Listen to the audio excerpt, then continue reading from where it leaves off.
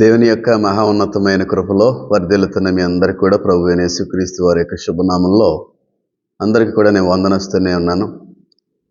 గడిచినటువంటి ఎపిసోడ్లో ప్రత్యేకమైనటువంటి ఆ అంశం మీద మనం అందరం కూడా పరిశీలన చేయడానికి దేవుడు తన అత్యున్నతమైనటువంటి కృప అనుమతితో కూడిన అవకాశాన్ని మనందరికి కూడా అనుగ్రహించాడు. అందులో ఏ విధమైన సందేహం కూడా లేదు. ప్రపంచ చరిత్రలో మునిపెన్నడూ కూడా విననటువంటి, ఎరగనటువంటి, చెవిని సైతం పడనటువంటి ఒక అద్భుతమైనటువంటి నిగూఢ సత్యాన్ని దేవుడు మనందరికీ కూడా తెలియపరచడానికి ఇష్టపడ్డాడు. అదే 666వ ముద్ర. 666వ ముద్ర వెనకాల ఉన్నటువంటి వారు ఎవరు, ఆ దేవుడి పేరేంటి అనేటువంటి విషయాలన్నీ కూడా చాలా చక్కనైన రీతిలో ఆ దేవుని కృపను బట్టి మీ అందరికీ కూడా తెలియపరచడానికి నేనైతే ప్రయత్నించాను.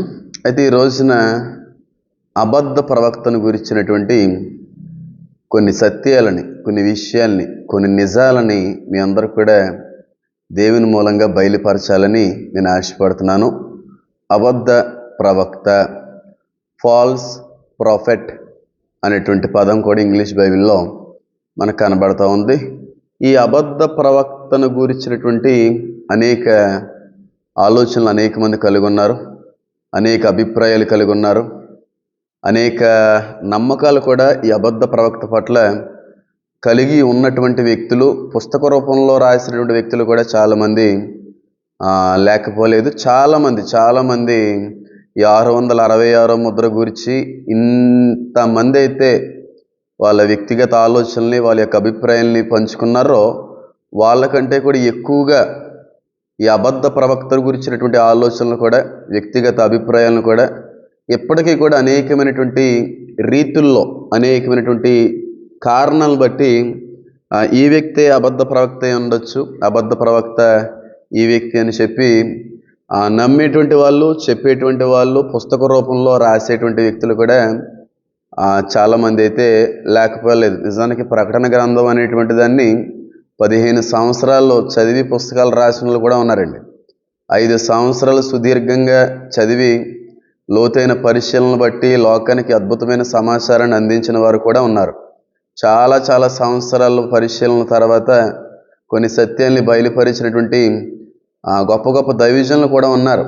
నేను కాదంటలే, కానీ ఎంతమంది ఎన్ని పుస్తకాలు రాసినా నాకైతే ఏ విధమైన సాటిస్ఫాక్షన్ అయితే రాలేదండి. అంటే వాళ్ళు నేను తప్పు పట్టాలన్నది ఎంత మాత్రం కూడా అనుకోవట్లేదు. నేను వాళ్ళ గోటికి కూడా సరిపోను, వాళ్ళ తల వెంట్రుకకు కూడా నేను సరితూగినటువంటి వ్యక్తిని. వాళ్ళు చాలా అద్భుతమైన జ్ఞానాన్ని పొందుకున్న వాళ్ళు, అద్భుతమైనటువంటి బైబిల్ పాండిత్యాన్ని ఎరిగినటువంటి వ్యక్తులు. మరి దేవుడు పామరుల్ని, చదువు లేని వారిని ఎన్నుకున్నట్టుగా నాకు ఏ ట్రైనింగ్ ఏమీ లేనటువంటి వ్యక్తిని నన్ను ఎందుకు ఎన్నుకున్నాడో నాకైతే తెలియదు. కానీ నాకు చాలా పుస్తకాల్లో చాలా విధాలుగా 666 ముద్ర గురించి, ప్రకటన గురించి, లేకపోతే అబద్ధ ప్రవక్తను గురించినటువంటి విషయాలు చాలామంది దైవజనులు తెలియపరిచారు.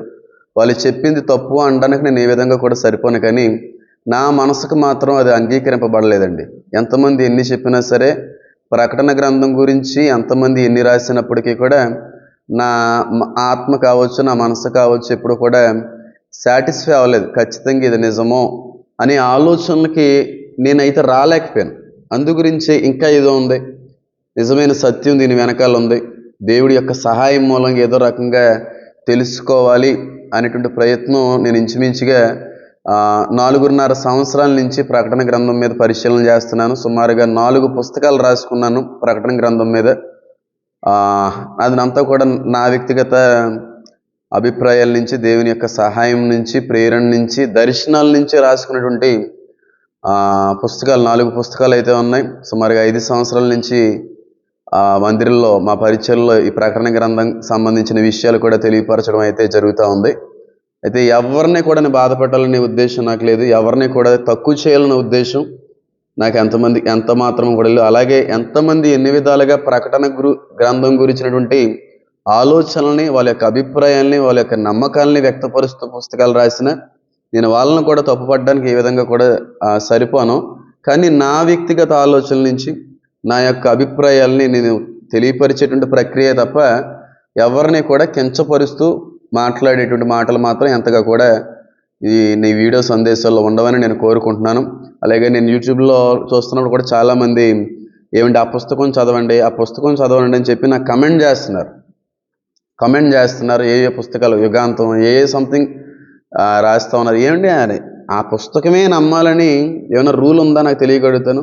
లేకపోతే ఆ పుస్తకం రాసిన వ్యక్తే నిజం చెప్తున్నాడు అనేది ఏమన్నా రూల్ ఉందా? అంటే దేవుడు ఇంకెవరిని వాడుకోడా? ఒక వ్యక్తినే వాడుకుంటాడా? ఒక వ్యక్తితోనే మాట్లాడతాడా? ఒక వ్యక్తి మూలంగానే లోకంతో ఏమైనా తెలియపరిచేటువంటి ప్రయత్నాలు చేస్తాడా? కాదు కదండి, అందరినీ కూడా వాడుకుంటాడు దేవుడు. అలాంటప్పుడు ఆ వ్యక్తి రాసిందే కరెక్టు, ఆ వ్యక్తి రాసిన పుస్తకాన్ని మీరు చదవండి అని అనడంలో ఎంతవరకు కూడా అది సరైనటువంటి విషయం కాదని నేను అనుకుంటున్నాను. ఏదైనప్పటికీ కూడా ఆలస్యం అయితే చేయాలనుకోవట్లేదు, కానీ అబద్ధ ప్రవక్త గురించినటువంటి ఫాల్స్ ప్రొఫెట్ గురించి చాలా రకాలైనటువంటి సందేహాలు, చాలా రకాలైనటువంటి అపోహలు, చాలా రకాలైనటువంటి నమ్మకాలు, చాలా రకాలైనటువంటి భిన్న అభిప్రాయాలు. ప్రతి పదం వెనకాల కూడా చాలా అద్భుతమైన అర్థం ఉంటుంది. నేను అన్ని పదాలు లేదంటే నేను ఎప్పుడూ కూడా 3 సార్లు రిపీట్ చేస్తూ ఉంటానండి. 3 సార్లు 4 సార్లు చెప్పిందే నేను చెప్తున్నానంటే అది చాలా ఇంపార్టెంట్ అని అర్థం. జాగ్రత్తగా దాన్ని వినాలి అనే ఉద్దేశమే తప్ప సాగదీస్తున్న ఉద్దేశం మీరు కలిగి ఉండకండి. ఎప్పుడు అది కంటిన్యూ ఉండదు, కానీ ఒక్కొక్కసారి మాత్రం 3-4 టైమ్స్ రిపీటెడ్గా నేను చెప్తా ఉంటా. ఏదైనప్పుడు కూడా ఈ అబద్ధ ప్రవక్త గురించినటువంటి విషయాలు చాలామంది చాలా రకాలుగా మాట్లాడుకుంటున్నారు. చాలా రకాలైన అభిప్రాయాలు ఉన్నాయి. అందులో ఈ అబద్ధ ప్రవక్త అనేటువంటి వ్యక్తి వాటికన్ సిటీకి సంబంధించినటువంటి పోప్ ఫ్రాన్సిస్ అయి ఉండొచ్చు, పోప్ గారు తెలుసు కదండి. క్యాథలిజానికి సంబంధించిన హైయెస్ట్ ప్రీస్ట్, వాటికన్ సిటీలో ఉన్నటువంటి ప్రీస్ట్ అయిన ఖచ్చితంగా ఈ పోపే అబద్ధ ప్రవక్త, ఈ పోపే లేకపోతే అంత్యక్రీస్తుకి సహకారిగా ఉంటాడు, ప్రోత్సహిస్తాడు, లేకపోతే ఈ పోపే సాతానికి ఒక బలమైన పాత్రగా వాడబడతాడని చెప్పి పోపు గురించి కూడా చాలామంది చాలా రకాలైనటువంటి అభిప్రాయాలు కలిగి ఉన్నారు. ఇంచుమించుగా 99% మంది పోపే అబద్ధ ప్రవక్త అంటారు. నేను ఎంత మాత్రం కూడా దాన్ని నమ్మను, ఆ అభిప్రాయాన్ని కొట్టివేస్తా ఉన్నా. నేనైతే నమ్మడానికి ఏ విధంగా కూడా ఇష్టపడలేదు. రెండోదిగా రోమ్ నుంచి వస్తాడు ఈ అబద్ధ ప్రవక్త అనేటువంటి అభిప్రాయాలు కూడా చాలామందికి ఉన్నాయి. లేకపోతే ఈ అబద్ధ ప్రవక్త అనేటువంటి వాడు అరబ్ నుంచి వస్తాడు అనేటువంటి అభిప్రాయాలు కూడా ఉన్నాయి. ఈ అబద్ధ ప్రవక్త అనేటువంటి వాడు ఒక పాస్టర్ అయి కూడా ఉంటాడు అనే అభిప్రాయాలు కూడా ఉన్నాయి. కానీ నా వరకైతే మాత్రం ఎంతమందికి ఎన్ని అభిప్రాయాలు ఉన్నప్పటికీ కూడా పోప్ మాత్రం కాదు. అసలు పోప్ అని ఎందుకు అనుకుంటా ఉంటారంటే చాలామంది, నేను చెప్పదలిచింది ఏంటంటే పోప్ అని ఎందుకు అనుకుంటారంటే రెవల్యూషన్లో, ప్రకటన గ్రంథంలో ఈ అబద్ధ ప్రవక్త గురించినటువంటి పోలికలంతా కూడా గొర్రెని పోలినటువంటి 2 చిన్న కొమ్ములను ఉంటాయి. కాబట్టి గొర్రెతో పోల్చబడ్డాడు కనుక ఖచ్చితంగా గొర్రె క్రీస్తుకు సాదృశ్యంగా ఉంది కనుక, క్రీస్తును పోలుంది కనుక, ఈ క్రైస్తవ రూట్ల నుంచి వచ్చింది క్యాథలిజం కనుక ఈయన కూడా గొర్రె అనేటువంటిది స్వాభావికంగా చాలా నెమ్మదైనది, చాలా శుతిమెత్తనైనది, చాలా శాంతి సమాధానంతో కూడినటువంటిది కనుక అసలు చాలా చాలా చాలా చాలా క్వేట్ మనస్తత్వం కలిగినటువంటి స్వభావంతో కూడిన జంతువు కనుక ఈ పోపుకి ఈ స్వభావాలన్నీ కూడా ఉన్నాయని చెప్పో, లేకపోతే క్రిస్టియన్ రూట్స్ నుంచి వస్తున్నాడో అనేటువంటి అభిప్రాయం గురించి తెలియదు. కానీ చాలామంది పోప్ అంటూ ఉంటారండి. ఏమనుకోకండి, మిమ్మల్ని ఏం తక్కువ చేయాలనుకోవట్లేదు. పోప్ ఇదే కాదండి, 100% పోప్ కాదండి. మీరు అనుకున్నది ఏది కూడా కాదండి అబద్ధ ప్రవక్త, అందులో సందేహం లేదు. అబద్ధ ప్రవక్త ఎవరో అని చెప్తే ఖచ్చితంగా మీరు అందరూ కూడా ఆశ్చర్యపడతారు. అసలు ఫాల్స్ ప్రాఫెట్ అని ఉంది కదండి. ఫాల్స్ ప్రాఫెట్ అంటే అబద్ధ ప్రవక్త, అబద్ధాలు చెప్పేటువంటి ప్రవక్త. నిజమైన ప్రవక్త నిజాన్ని పలుకుతాడు, దేవుని మూలంగా ప్రవచిస్తాడు. అబద్ధంలోంచి పుట్టినటువంటి ప్రవక్త అబద్ధాలని ప్రచురిస్తూ ఉంటాడు, లేని దాన్ని పుట్టిస్తూ ఉంటాడు, లేని వాటిని కలుగు చేస్తూ ఉంటాడు, మభ్యపరుస్తూ ఉంటాడు. వీళ్ళని ఫాల్స్ ప్రాఫెట్స్ అని చెప్పి పిలుస్తూ ఉంటారు. కాబట్టి ఫాల్స్గా ఎవరన్నా ప్రవచించినా సరే వాళ్ళని కొట్టి చంపేయాలి, దేవుడు లేఖనాల్లో ఉన్నటువంటి విషయం అది. కాబట్టి ఈ విషయాన్ని చాలామంది గమనించట్లేదు. ప్రాఫిట్ అని అంటున్నాడు ఆయన బైబిల్ గ్రంథంలో 13వ ప్రకటన గ్రంథం ఆమ్, 11వ వచనం చదివితే ఈ ఫాల్స్ ప్రొఫెట్ గురించి లేకపోతే అబద్ధ ప్రవక్త గురించిన విషయాలు కనబడుతూ ఉంటాయి. మరియు భూమిలో నుండి మరొక క్రూర ముఖము పైకి వచ్చుట చూచితిని. గొర్రె పిల్ల కొమ్ము వంటి 2 కొమ్ములు దానికి ఉండెను. అది ఘటసర్పం వలె మాట్లాడుచుండెను. ఈ పైన ఒకే ఒక మాటను పట్టుకొని, పదాన్ని పట్టుకొని, గొర్రె పిల్ల వంటి కొమ్మెలు దానికి ఉన్నవి, చిన్న చిన్న కొమ్ములు దానికి ఉన్నాయి అనే ఒకే ఒక మాటను బట్టి చాలామంది పోప్ అనుకుంటా ఉంటారు. రోమన్ క్యాథలిజానికి సంబంధించిన ప్రీస్ట్ అయి ఉండొచ్చు అని చెప్పి అనుకుంటా ఉంటారు. కానీ క్లియర్గా బైబిల్ చెప్తా ఉంది కదండి, ఫాల్స్ ప్రొఫెట్ అని చెప్పి. అబద్ధ ప్రవక్త వేరు, హై ప్రీస్ట్ వేరు. దైవజనుడు వేరు, ప్రవక్త వేరు. ఈ రెండిటికి కూడా చాలా భిన్న తేడాలు ఉన్నాయి. కాబట్టి ఇంత క్లియర్గా ప్రాఫిట్ అని మాట్లాడుతున్నప్పుడు హై ప్రీస్ట్గా ఉన్నటువంటి పోపు గారికి ఎలాగా ఈ విషయాన్ని ఆపాదించే ప్రయత్నం చేస్తున్నారు? అసలు ఆ పదంలోనే కలవట్లేదు కదా. ప్రీస్ట్ వేరు కదా. ప్రీస్ట్ అనేటువంటి వాడు వేరు, ప్రాఫిట్ అనేటువంటి వాడు వేరు. కాబట్టి మీకు ఇక్కడ ఎక్కడ కూడా పొంతనే కలవట్లేదు కనుక అసలు అభిప్రాయం నుంచి ఫస్ట్ ఆఫ్ ఆల్ మీరు బయటికి రండి. క్లియర్గా తెలియజేస్తుంది ఫాల్స్ ప్రొఫెట్ అని చెప్పి. తెలుగు బైబిల్లో చిన్న గొర్రె పిల్ల అనేటువంటి మాట రాయబడి ఉంది. కానీ ఆ గొర్రె పిల్ల అనేటువంటి మాట గ్రీక్ భాషలో కానీ మనం పరిశీలించాం అనుకోండి, గ్రీక్లో ఆ గొర్రె పిల్లని అర్నియోన్ అనేటువంటి పదాన్ని ఉపయోగించారు గ్రీక్లో. అర్నియోన్ అని చెప్పి. అర్నియోన్ అనగా గొర్రె పిల్ల. అయితే అరబిక్ భాషలో కానీ మనం చూస్తే, అరబిక్ భాషలో, ఎందుకు అరబిక్ అంటున్నానంటే అండి, ప్రతిసారి కూడా ప్రకటన గ్రంథంలో చాలామంది శత్రు దేశాలు ఇస్రాయేల్ మీదకి దండెత్తి వచ్చేటువంటి వాటిలో అరబ్ దేశాలే ఉన్నాయి. ఎందుకు అరబ్ దేశాలు ఉన్నాయి? అరబిక్ని ఎందుకు నేను ఎంచుకుంటున్నానంటే, ఇస్లామిక్ మెయిన్ కంట్రీ అంతా కూడా అరబిక్ కంట్రీసే. కాబట్టి దేవుడు ఆ లాంగ్వేజ్ మీద కొంచెం ప్రత్యేకమైన దృష్టి ఉంచడానికి ప్రయత్నం ఏది చేశాడు. అయితే అర్నియోన్ అనే పదం గొర్రెపిల్లకి వర్తిస్తూ ఉంది గ్రీక్ భాషలో. కానీ అరబిక్ భాషలో కానీ చూస్తే హమాల్ అనే పదం రాయబడింది. హమాల్ అనగా చిన్నని గొర్రె పిల్ల. హమాల్ అనగా చిన్నటి గొర్రె పిల్ల అనే అర్థం చాలా చక్కని రీతిలో అరబిక్ భాషలో తెలియపరచబడుతూ ఉంది. అయితే ఈ హమాల్ అనేటువంటిది నక్షత్రం పేరు కూడా. ఆ కూటమిలో, ఆకాశ మండల కూటమిలో చాలా రకాలైన నక్షత్రాలు ఉన్నాయి. నిమిషానికి కొన్ని లక్షల నక్షత్రాలు కొత్తగా పుడతా ఉంటాయి. ఇన్ని కోట్ల నక్షత్రాల్లో హమాల్ అనే నక్షత్రం కూడా ఉందండి. హమాల్ అనేటువంటి నక్షత్రం ఆల్ఫా నక్షత్రం. అంటే అన్ని నక్షత్రాల కంటే కూడా కింగ్ నక్షత్రం. అది పెద్ద నక్షత్రం. ఇంకా బాగా చెప్పాలంటే ది బ్రైటెస్ట్ స్టార్, ఎక్కువగా వెలుగుని ఉత్పత్తి చేసేటువంటి నక్షత్రం ఈ హమాల్ అనేటువంటి నక్షత్రం. ఈ హమాల్ అనేటువంటి నక్షత్రాన్ని ఏరియస్ అని కూడా పిలుస్తూ ఉంటారు. ఏరియస్ అని పిలుస్తూ ఉంటారు. ఈ న్యూమరాలజీలో, హారోస్కోపుల్లో ఏరియస్ అనేటువంటిది కనబడుతూ ఉంటుంది.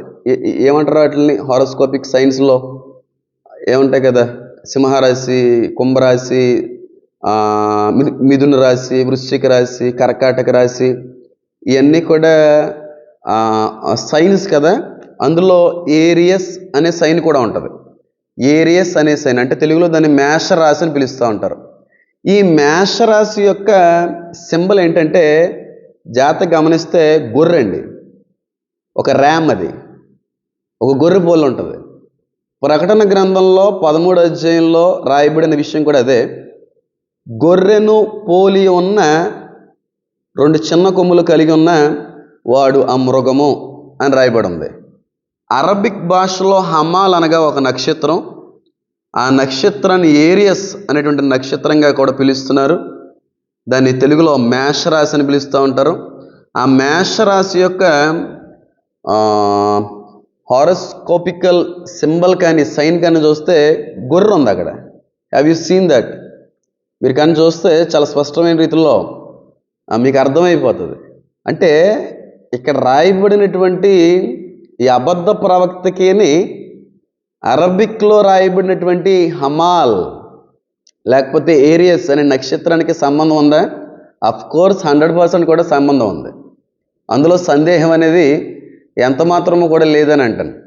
ఆ ఏరియస్ అనే నక్షత్రం గొర్రెను పోలి ఉన్న స్వరూపం కలిగి ఉంటుంది. అయితే దీని నుంచి మనం ఎలాగా వాట్ ఇట్ మీన్స్ అబద్ధ ప్రవక్తకి దానికి ఏ విధంగా మీరు ఆపాదిస్తారండి అని ఆలోచన చేస్తే, ఈ ర్యామ్ తలని తగిలించుకున్నటువంటి ఒక పగన్ గాడెస్ ఉంటారు. ఒక అన్య సంబంధమైనటువంటి ఒక స్వరూపం ఉంటుంది, ఒక సింబల్ ఉంటుంది. బ్యాఫోమెత్ అని పిలుస్తూ ఉంటారు. I will show it you. Baphomet అని పిలుస్తూ ఉంటారు. ఆ బ్యాఫోమెత్ అనేటువంటి స్వరూపం ఎలా ఉంటుందో తెలుసా? మనిషిలాగే ఉంటాడు. ఒక చెయ్యి పైకి ఒక చెయ్యి కిందకు ఉంటుంది. ఇక్కడ ఈ ఉదర భాగం నుంచి రెండు కూడా పైకి రెండు పాములు మధ్యలో ఉన్న సోడ్ నుంచి తిరిగి వస్తూ ఉంటాయి. అది డాక్టర్లో సింబల్గా కూడా ఉపయోగిస్తూ ఉంటారు కదా. చాలా అర్థం ఉందిలే. అది కూడా ఆ సింబల్, ఆ డాక్టర్ అనేది కూడా ఎక్కడి నుంచి వచ్చిందో చెప్తే చాలామంది బాధపడతారు. అసలు వాళ్ళు తీసుకుని వచ్చింది అన్నీ నేను చెప్పి వాళ్ళని బాధ పెట్టాలని లేదు, కానీ ఆ స్వరూపం ఒకటి ఉంటుందండి. ఒక దేవత ఉంది. ఆ దేవత పేరు బెఫోమెత్. ఆ బెఫోమెత్ అనేటువంటి దేవత యొక్క ప్రతిమ లేకపోతే స్వారూప్యము లేకపోతే దాని యొక్క తలభాగాన్ని కానీ కూడా చూస్తే మనిషి స్వరూపంలో ఉన్న గొర్రె తల కలిగి ఉన్నటువంటి ఆ దేవత Baphomet. I will show it close.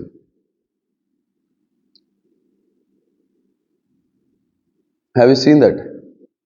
బెఫోమెత్ చాలామంది చూసే ఉండొచ్చు కదా. ఈ సింబల్ని చాలామంది చూసామండి, మాకు ఐడియా వస్తుందండి, ఎక్కడో చూసినట్టు ఉందని చెప్పి.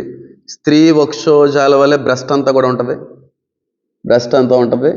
ఆ తల మీద ఏముందండి? స్టార్. అది పైన మీకు బ్యాక్గ్రౌండ్ వైట్ కాబట్టి కనబడలేక పైన అయితే మూన్ ఉంటుంది. మూన్ ఉంటుంది పైన అయితే. స్టార్ ఉంది చూడండి.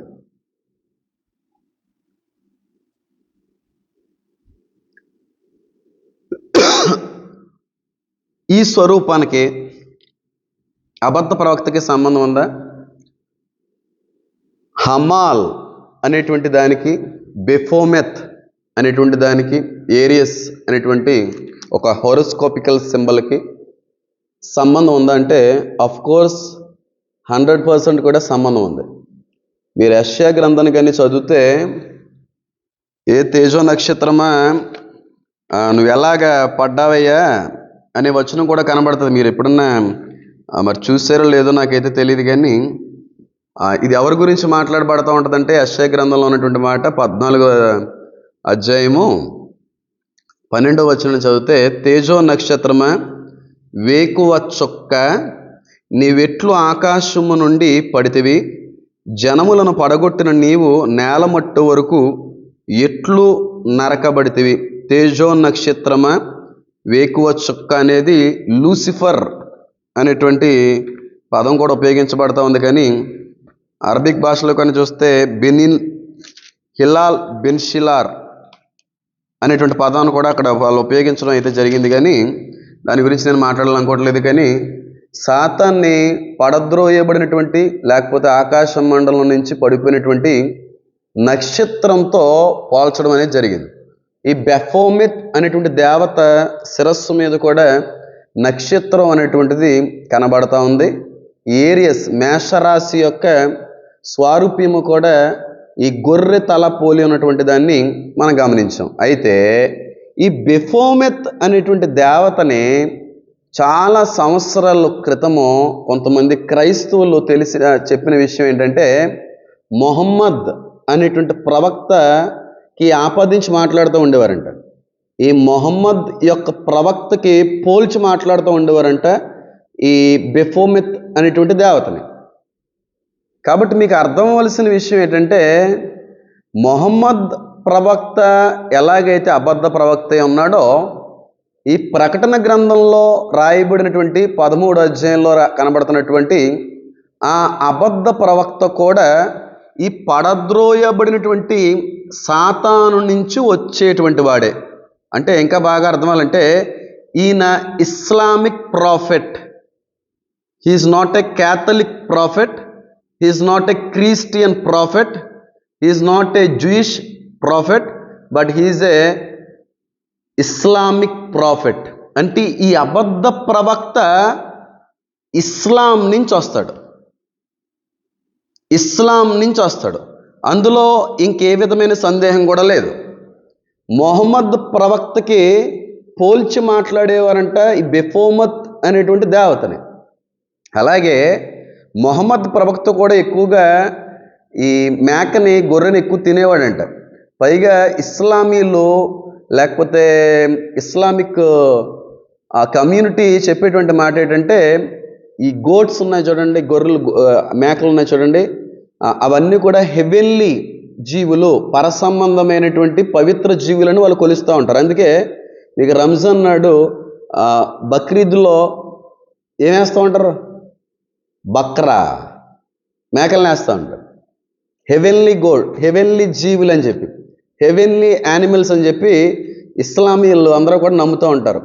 అంత ప్రాముఖ్యత ఇస్తూ ఉంటారు దానికి, అంత ఎక్కువగా దానికి వాల్యూ ఇస్తూ ఉంటారు. అయితే వాళ్ళు నమ్మేటువంటిది ఇంకోటి ఏంటంటే ఒకవేళ ఈ మేక మీద కానీ గొర్రె మీద కానీ ధూళి ఏదన్నా పడితే వెంటనే దులిపేయాలి మనము, ఎందుకంటే పవిత్రమైన జంతువు, పరసంబంధమైనటువంటి జంతువు అని కూడా వాళ్ళు అంటూ ఉంటారు. కాబట్టి ఈ గోటికి చాలా ప్రాముఖ్యత ఉంది. అందు గురించే ఈ మొహమ్మద్ ప్రవక్తను కూడా బెఫోమత్ అనేటువంటి లేకపోతే ఈ నక్షత్రం ఉన్నటువంటి ఈ దేవతని పోల్చి మొహమ్మద్ అనేది కూడా బెఫోమత్ అనేటువంటి పేరు నుంచే వచ్చిందని కూడా చాలామంది చెప్తూ ఉంటారు. కాబట్టి మీరు ఎక్కువగా ఆలోచించవలసిన విషయం లేదు. ఒక మాటలో చెప్పాలంటే ఈ వచ్చేటువంటి అబద్ధ ప్రవక్త ఇస్లాం కమ్యూనిటీకి సంబంధించినవాడు ఉంటాడు. వచ్చేటువంటిది కూడా మక్కా నుంచి వస్తాడు ఈ వ్యక్తి. కాబా అనేటువంటి ప్రాంతం ఉందో చూడండి, అక్కడ చాలామంది ఇస్లామిక్ సహోదరులందరూ కూడా వెళ్ళి చాలా పుణ్యక్షేత్రంగా దాన్ని అంతటినీ కూడా పూజిస్తూ ఉంటారు. దాని చుట్టూ కూడా ప్రదక్షిణాలు జరిగిస్తూ ఉంటారు.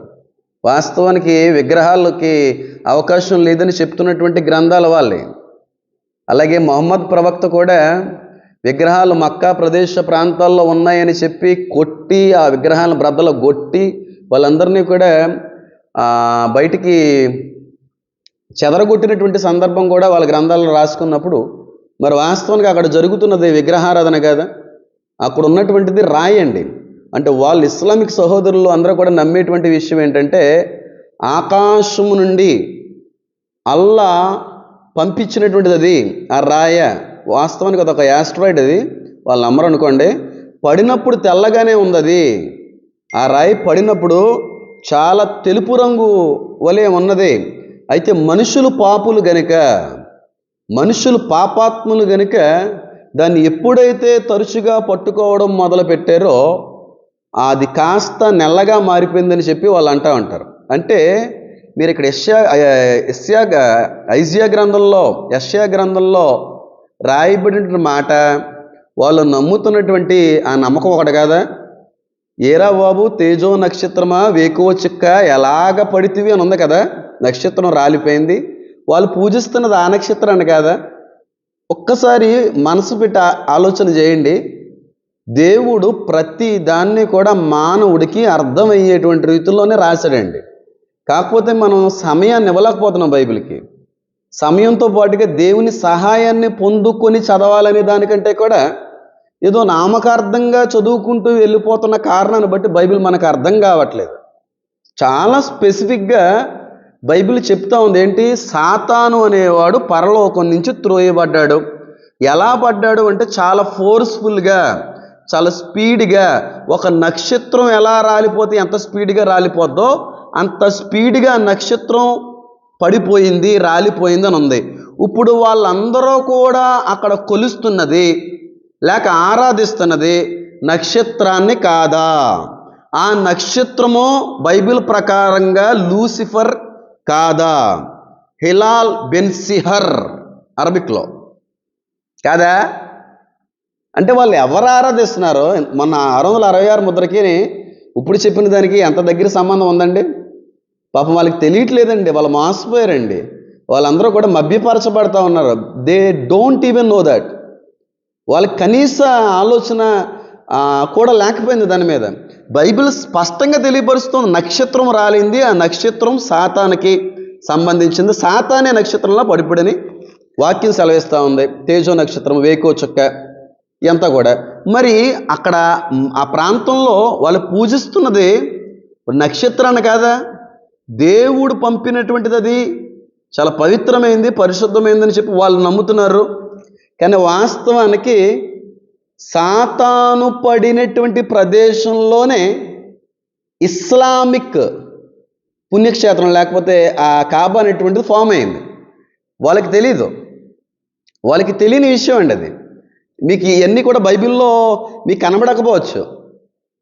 ఆ బైబిల్లో లేని విషయం, ఎనోష్ గ్రంథంలో ఉన్న విషయం ఏంటంటే, ఎప్పుడైతే ఈ సాతానుతో ఉన్నటువంటి జనాంగము లేకపోతే వాడి సమూహము దేవుడి మీద తిరుగుబాటు చేస్తాడో, లేకపోతే దేవుడి ముందు గర్వాన్ని కనుపరుస్తాడో లూసిఫరు, ఆ ప్రధాన కేరేబుని లేకపోతే ప్రధాన దూతని అందరి మీద కూడా పైనుంచినటువంటి ఆ కేరేబుని దేవుడు తోసేస్తాడు.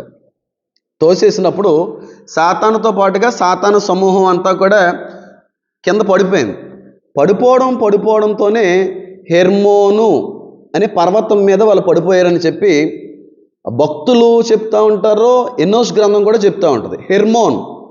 హెర్మోన్ అనేటువంటి పర్వతం మీదే పడద్రోయబడినటువంటి దేవదూతల సమూహం అంతా కూడా వాళ్ళు పడింది, వాళ్ళు దిగింది ఆ హెర్మోన్ పర్వతం దగ్గరే.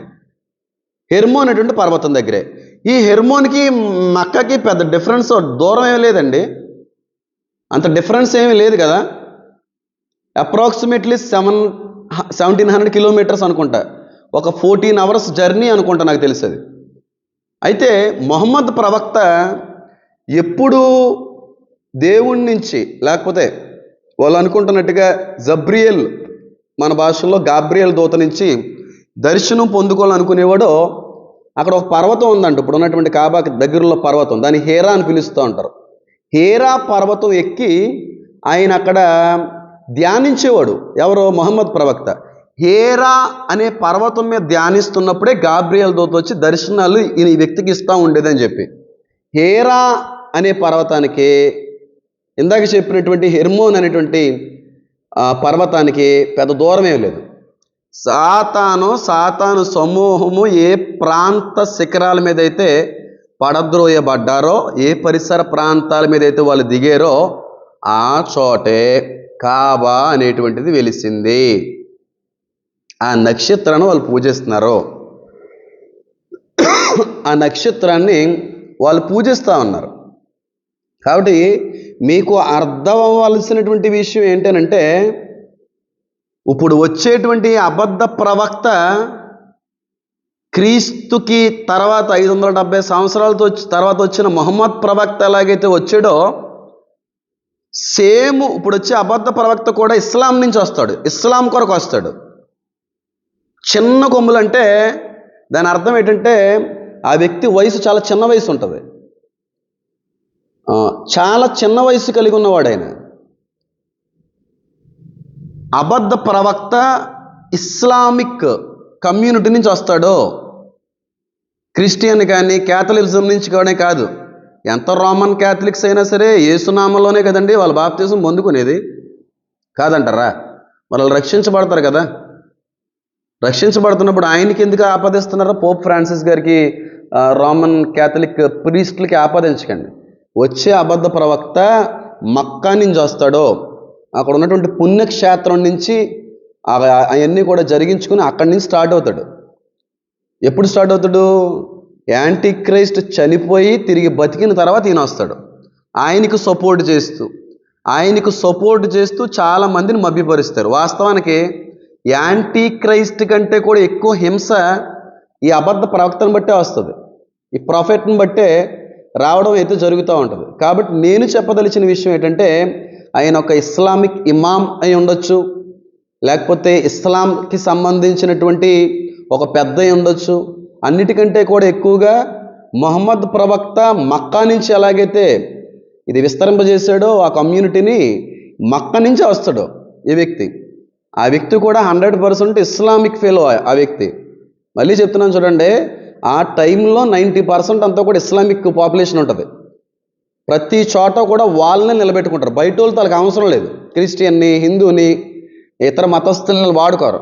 ఆ దేవుణ్ణి, ఆ కమ్యూనిటీని లో నుంచి వచ్చిన వాళ్ళని బయటికి తీసుకుని వచ్చేటువంటి ఆలోచన ఉంటుంది తప్ప ఇంకే విధంగా కూడా ఉండదు. దయచేసి మీరు గమనించుకోవాలి.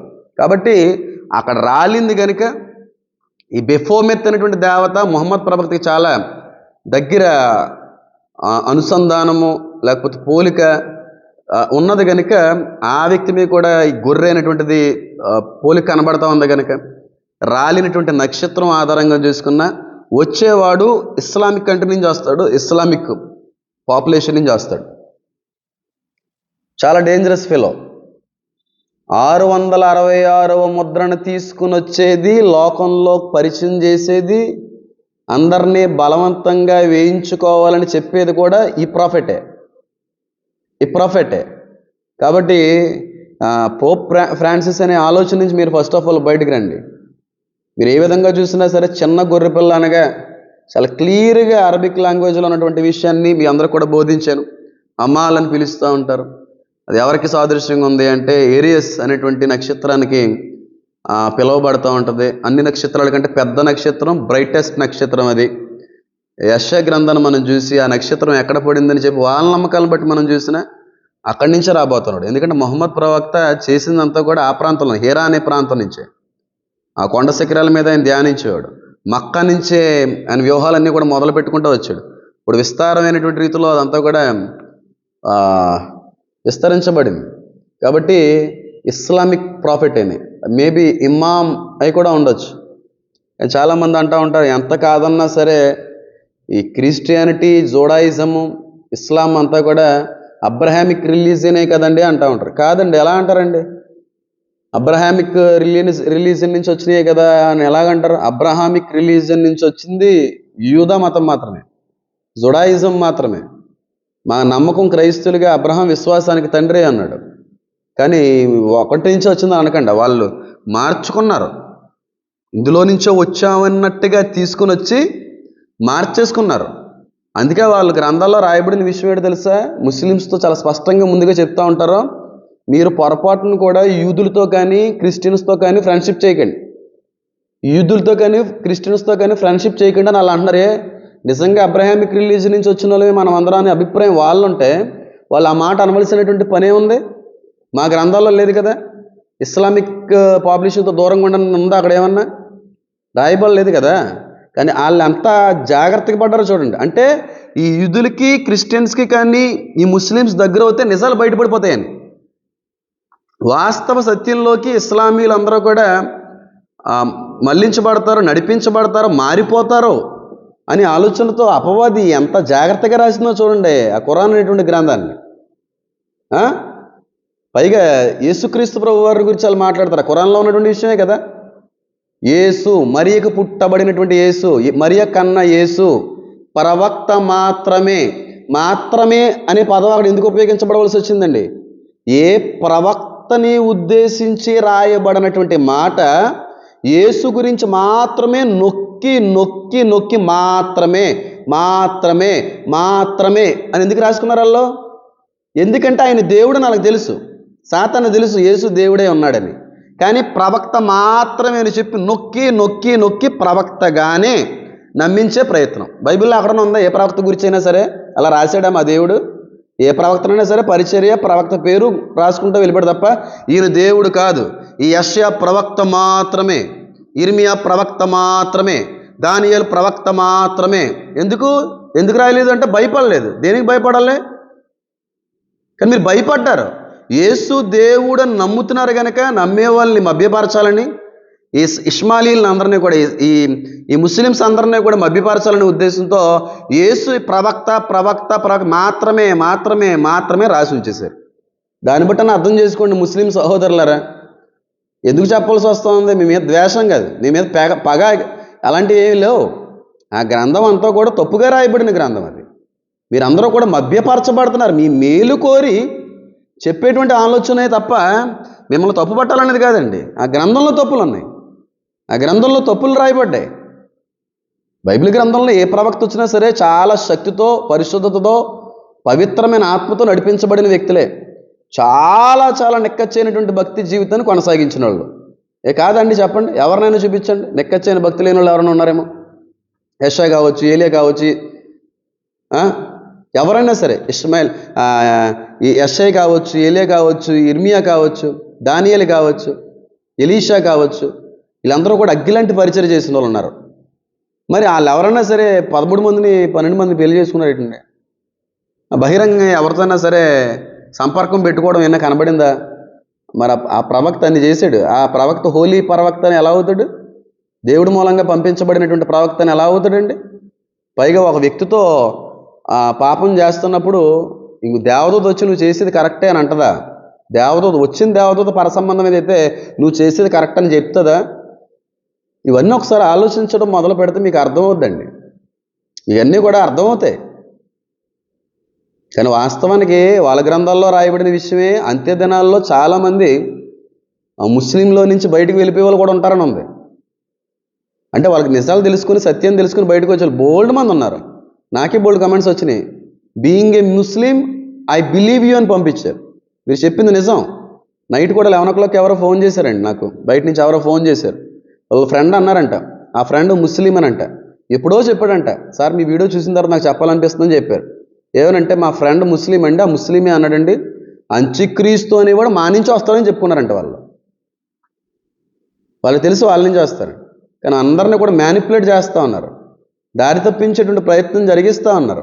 కాబట్టి ఫాల్స్ ప్రాఫిట్ అనేటువంటి వ్యక్తి ఇస్లామిక్ రిలీజియన్ నుంచి, ఇస్లామిక్ బ్లడ్ లైన్ నుంచి, ఇస్లామిక్ పాపులేషన్ నుంచి వస్తాడు ఆయన. అది కూడా మక్కా నుంచి వస్తాడు. ముహమ్మద్ ఎలాగైతే అక్కడి నుంచి మొదలు పెట్టాడో, ఎక్కడైతే నక్షత్రం పడద్రోయబడిందో అక్కడి నుంచి వస్తాడు ఈ ప్రాఫిట్. రిలీజియస్ లీడర్ అయిన కాబట్టి యాంటీ క్రైస్ట్కి మద్దతు పలికేటువంటి వాడు కూడా ఈ వ్యక్తే. అయితే ఫాల్స్ ప్రాఫిట్ ఎవడై ఉంటాడో మీకు తెలియపరిచాను.